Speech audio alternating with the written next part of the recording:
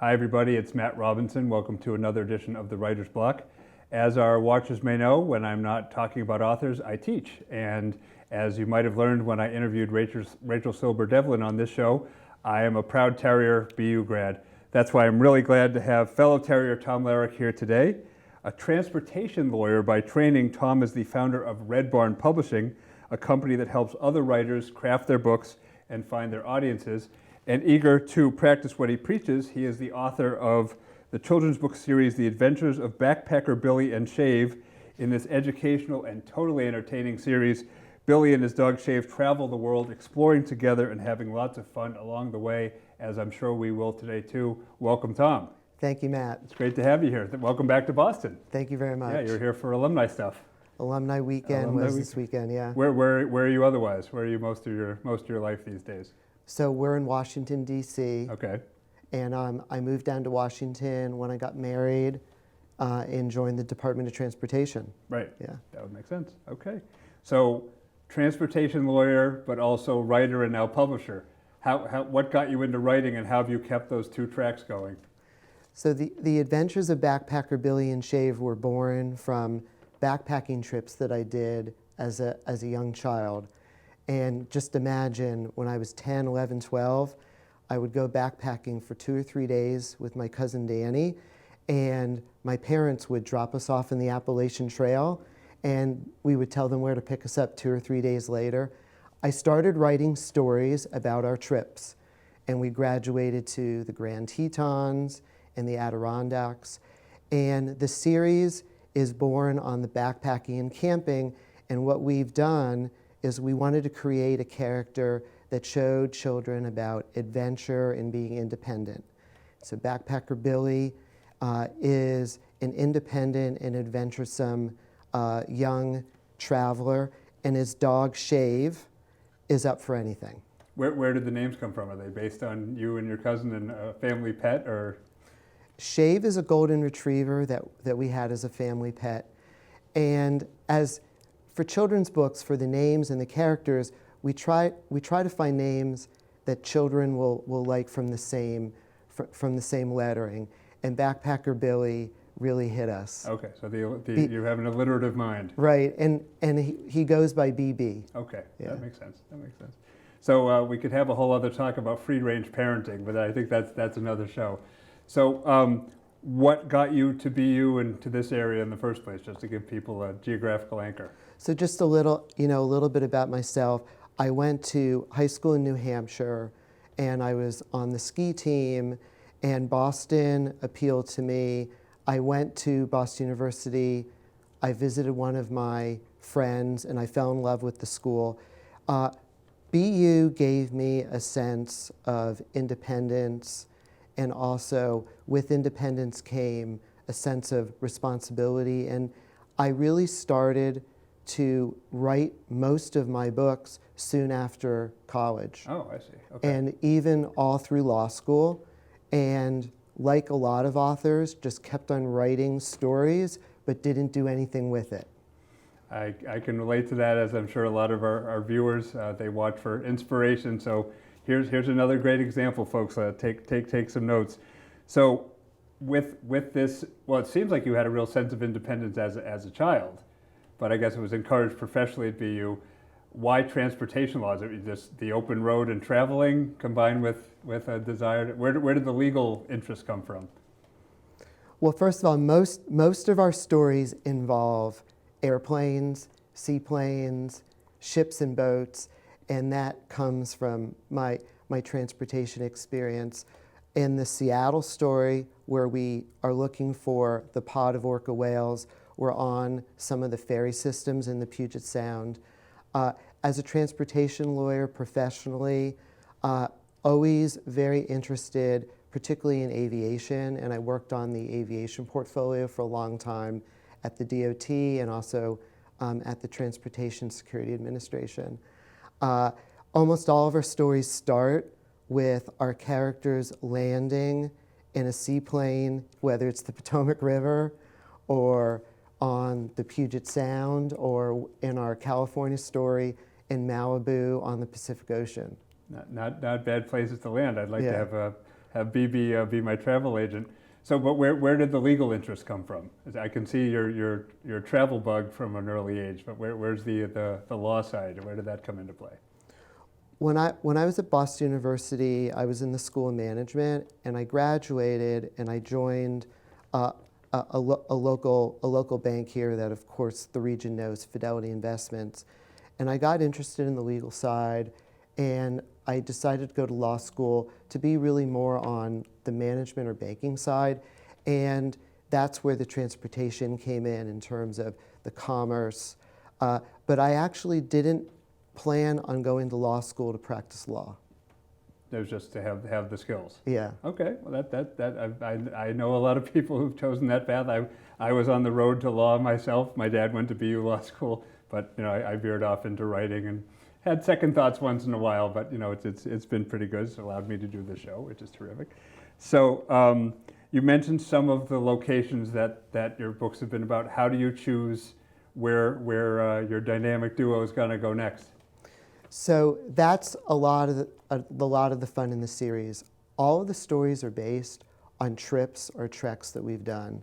So one of my favorite stories is the book about the mountain lions in Topanga Canyon.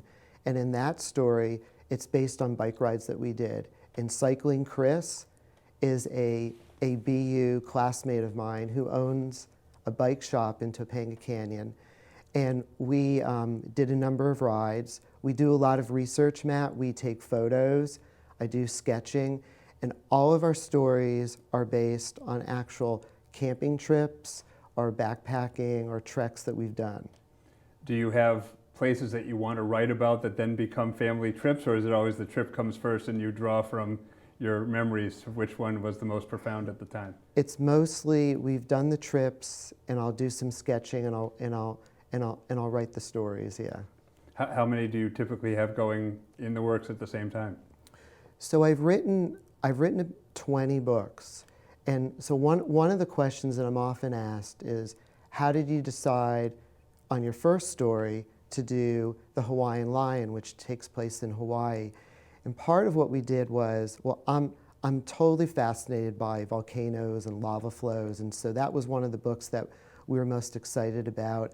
And there's also, but what we do is we have, and particularly I would read them to my children, we would read some of the stories and we'd see which ones resonated or which ones really got more excitement. And that's where we've ranked the ones that we've gone out in publishing. So the first 4 that we did tended to rank higher. But the first story that I wrote was about the spotted owl in the old growth forest, but we haven't published that one. Well, I guess that would lead me to how you decided to, was it helping yourself starting the publishing arm, or were there other authors who were coming to you looking for support, or how did you add that to your repertoire? So what I found was authors, they love writing and the creative part of it, working with the illustrators. Brody, who's my illustrator, is just amazing, and they love the creative aspect. Then when it gets time to publish, and you need to deal with the publisher, work with the publisher, figure out how to do the layout, figure out how you're going to market the book, that's where authors hit the wall. And so Red Barn is a unique publishing company that we just started. And the idea is to lower the barriers. And I learned from being an author what were some of the techniques to actually get the book published. So our motto or our theme or our philosophy is we want to lower the barriers to get the best books published. And the other co-founder, Todd Thistle, who's a doctor in Portland, and Red Barn is based in Portland, is also a children's book author, and he wrote really a fantastic story about a turtle and a tree. And we're using our experience to look at manuscripts, and we're also using the Amazon book platform. So it's a hybrid. We don't have any infrastructure. And it's really an exciting way to get books out. We have 2 books coming out in October. One children's book, which is going to be The Adventures of Backpacker Billy and Shave in Colorado, and the other is more of a teen series involving 4 brothers that live in the Pacific Northwest. And how many other authors are you currently working with? We're just getting started, so we're looking and we're hearing about manuscripts, but we don't have we have these 2 books in the works. We probably have the bandwidth to maybe do 4 or 5 books the first year. Okay. Yeah. What I guess just what's the website if people want to look that up? It's redbarnpublishing.com. Okay, makes Yeah. sense. Just wanted to make sure we got that in. I kind of found it funny that you said someone with a transportation background that your business has no infrastructure. People might say that's a through line between the 2 things, but again, we can. That's a tougher conversation for another day. Using existing infrastructure. I understand. So with all the different places that you've gone, is there a through line through the series? Is there something like that will be familiar from book to book, other than the characters? So our concept is to bring adventure in nature, and we learn and spot and visit an animal or animals in every story.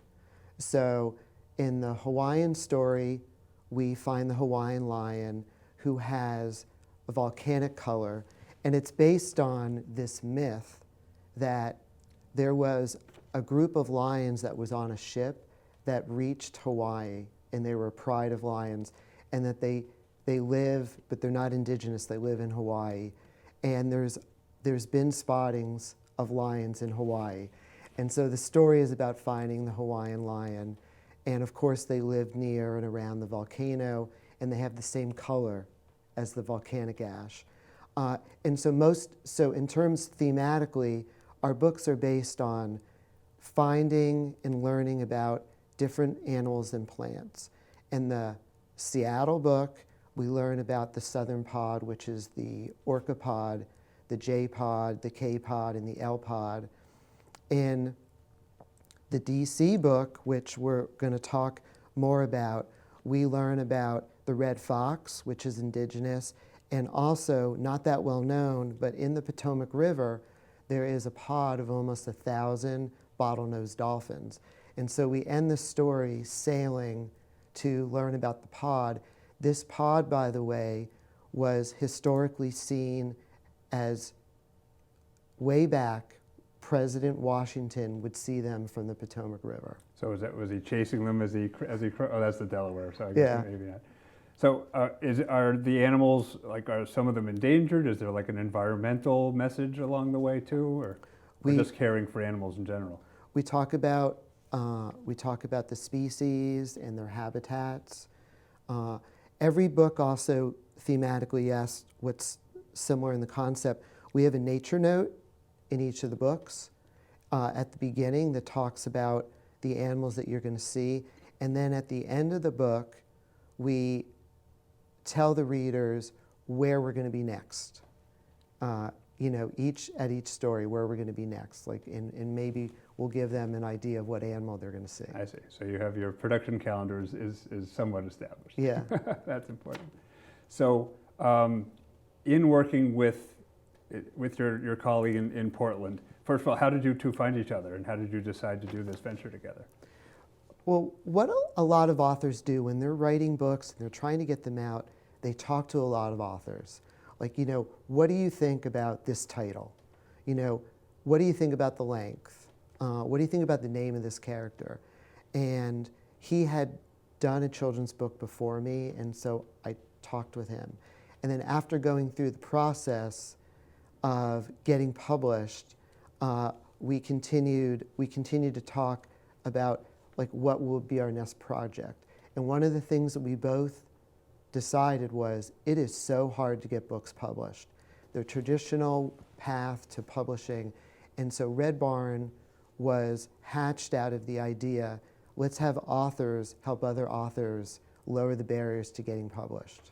So you're hoping to kind of have a community where everyone pitches in and helps each other out. That's right. And we have two illustrators that are on our staff, Meredith and Brody, that have done books that also will help the authors that come to us with their covers, with some of the layout. Yeah, I was just going to ask if the plan was to have not just the writers, but a whole team for one-stop shop, basically.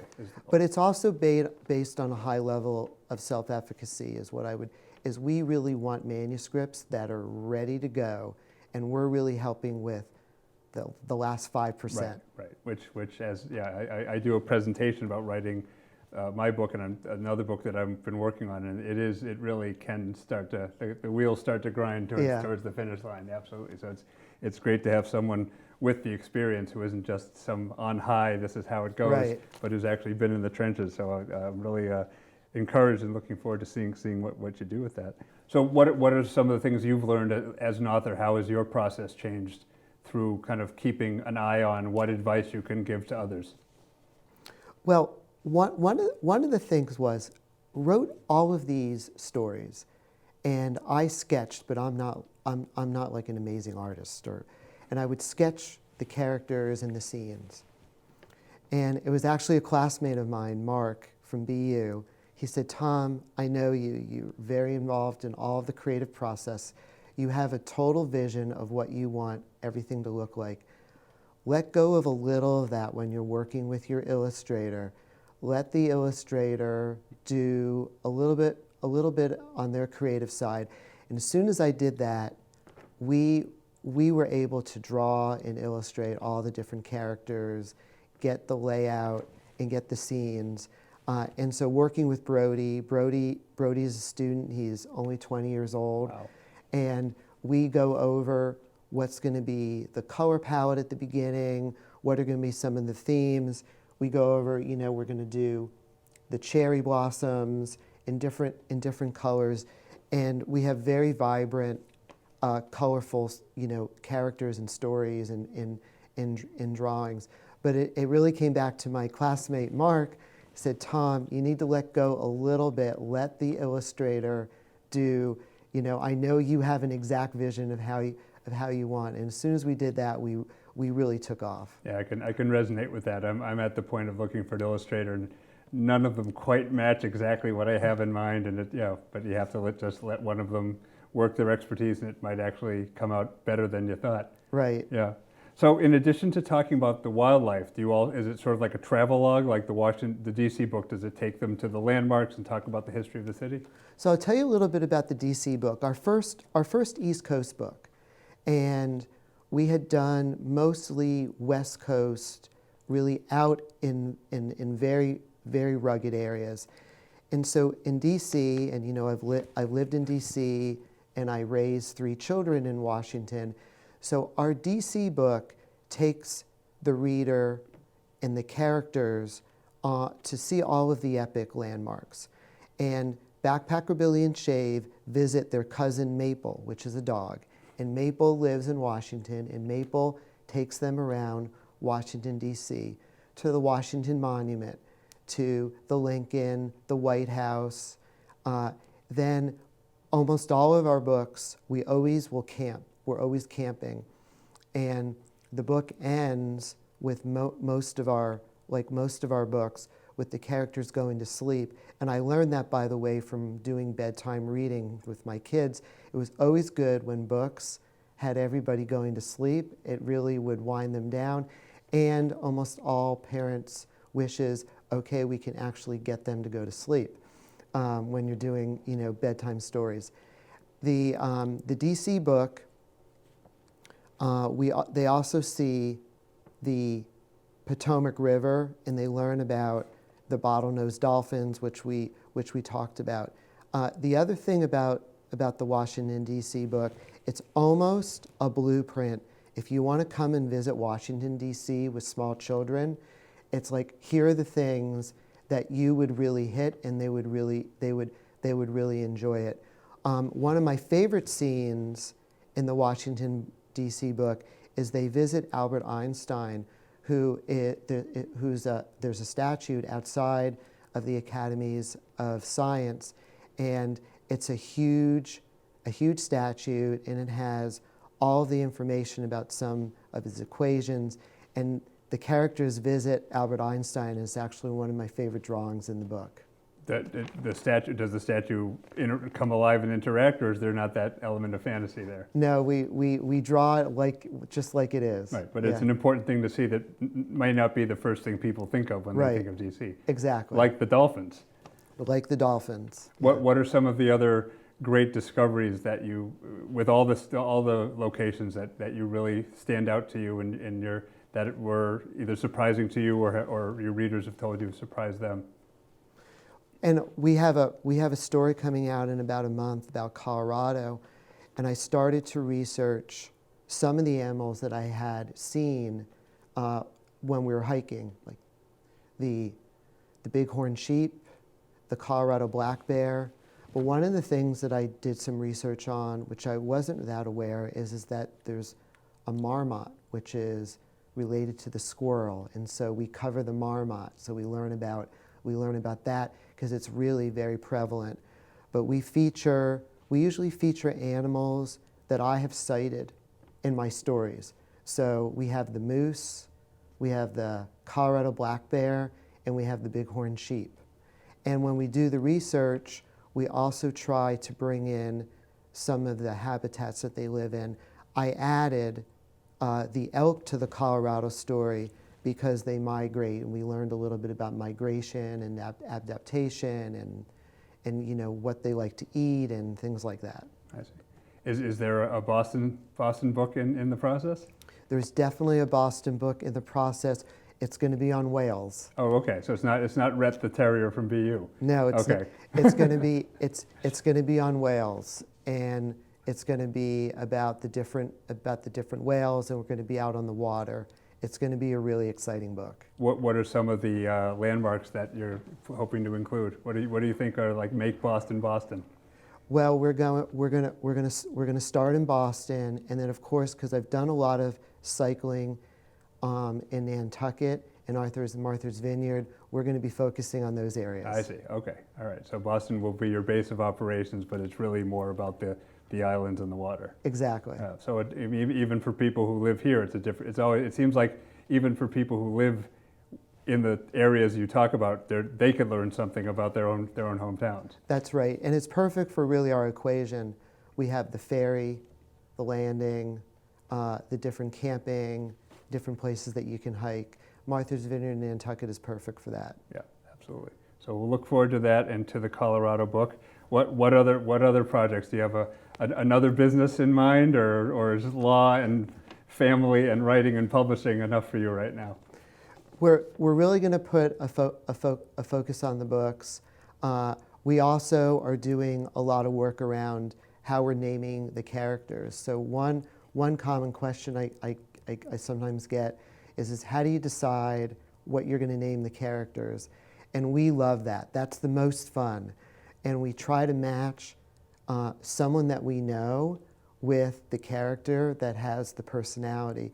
In the Topanga story, which took place near Los Angeles in Topanga Canyon, it was natural to call cycling Chris, because Chris is a real person, and he owns the bike shop. Right. Some of the other animals, we try to match it. So the mountain lion, Tim, is someone that I ski with, and he is the perfect mountain lion. He actually looks like a mountain lion.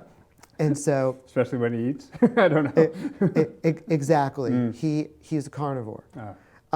And in the Seattle book, we featured Orville, and we came up with Orville. We didn't know anyone named Orville, but Orville was one of the baby orcas that kept on jumping over the ferry. And so we were like, okay, we're thinking transportation, aviation, the Wright brothers, it has to be Orville.